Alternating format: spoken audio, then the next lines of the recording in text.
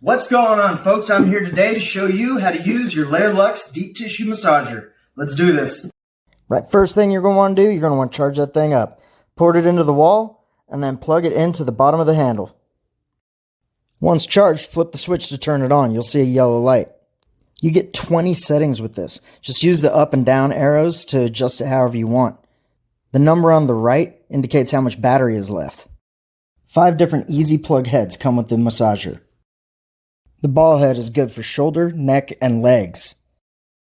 The dampener head is a good all-arounder for whatever you need. The U-shaped head is perfect along the neck and spine. The flat head is best for the chest and large areas. The bullet head will get those soft spots along the palm and the soles of the feet. Whether you're at work or relaxing at home, the Lairlux Deep Tissue Massage Gun is great for relieving stress.